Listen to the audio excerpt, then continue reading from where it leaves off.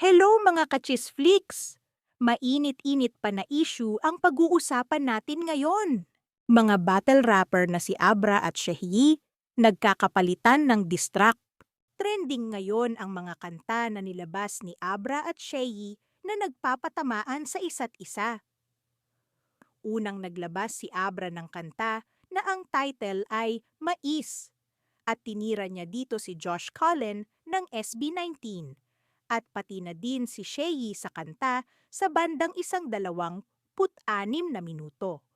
O baka naman mais kunyelo sa malamig kunwari pang hindi sa cover art ng Cosmic nakapeg ang kanyang bagong hit and miss. Panong karibal ng multis po yung stilong marites. Please bitches beware, you choose to scare. Give the goosebumps in a manner so devil may care. Year of the dragon, the man of the year. Parang flip top at TikTok shit's everywhere. Mas okay na mais sa tae kaysa tae sa mais.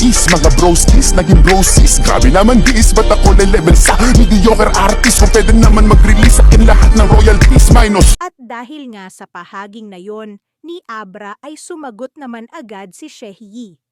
At sobrang sakit ng mga lyrics niya na pinapatamaan si Abra. At ang kakamatay lang nito na nanay. Nagpahaging pa si Shehyi na nagkokok daw si Abra. Mag-isang rapper na kulang sa pansin. Season vet pero tasteless. Mga bagong patikim si broski. Masyado na salty, gusto mo bang ako pa'y mag-asin? Sige sa miss youth, gusto mo na issue. Mag-ubusan tayo ng magazine. Alam niya ba patay ng mama niya? FYI sa nanonood at miss niya yung mama niya. Kaya gusto na sumunod. Okay sige, pero pag nilibing kita, hihiwalay kita ng puntod.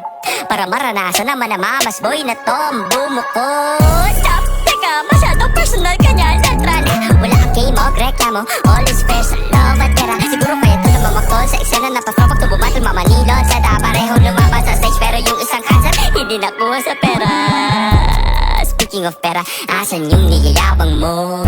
Dami kang pera, bili ka bago mamang mo. Angas mo. Dito nga sa diss track ni Shehyi ay pinapatamaan niya si Abra na mama's boy at mga masasakit na lyrics sa pamamayapan ng ina ni Abra. Sa sunod na kabanata naman ng kanta ni Shehyi ay parang nakikiramay siya at alam niya yung hirap ng mawalan. Pinaalala din niya na mag-rival sila at magkaibigan. Kaya naman maraming netizen na nagsasabi na ang kanta daw ni Shehyi ay isang reminder. Pero sumagot agad si Abra sa isa na namang diss track na ang pamagat ay Tarshi, na alam na ng lahat na patama na naman ito kay Shehyi. Panoodin niyo ito sa kanyang YouTube at channel.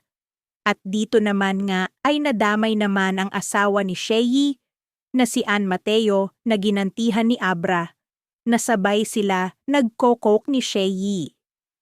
Grabe ang mga paratang at sagutan ng dalawang ito. Naisip ko na sa pool, talo na na yan. Hindi nang galit sa akin dahil sa ano nga ba man. Di pa rin makaget over sa past. Para ko alam kasi nung pipistage pa lang ako na yung nauna kay Ann. Real talk, sinundot ko yung puso gamit edits. Sinampal ko yung uso, walang kondom. May dugong tumutulo pero dahil tropa tayo pinutok ko sa puso. Kung nagkataon pala baka may kuya pa si Clay. Nakaiingitan niya kasi mas cute pa sa kanya. Nung dinis ko si Tarshay, kala mo kupal talaga. Halatang bigot si Pre, kunwari bang hindi. Kala mo talaga laid back, yung lyrics si Zayn. Feeling Kendrick pag irigaya yung flow ni Lil Wayne. Pasakit ng pasakit ang sagutan ng dalawang battle rapper na ito na kamakelan lang ay kita pa natin na magkakasama at nagtatawan sa Break It Down ni Looney. Ano sa tingin nyo? Magkakaayos pa kaya sila? Or for hype lang ba to para sa rap scene? Abangan natin ang sagot na diss track ni Shehyi. Subscribe para sa mga susunod na ulat at chismis. Chisflix sana!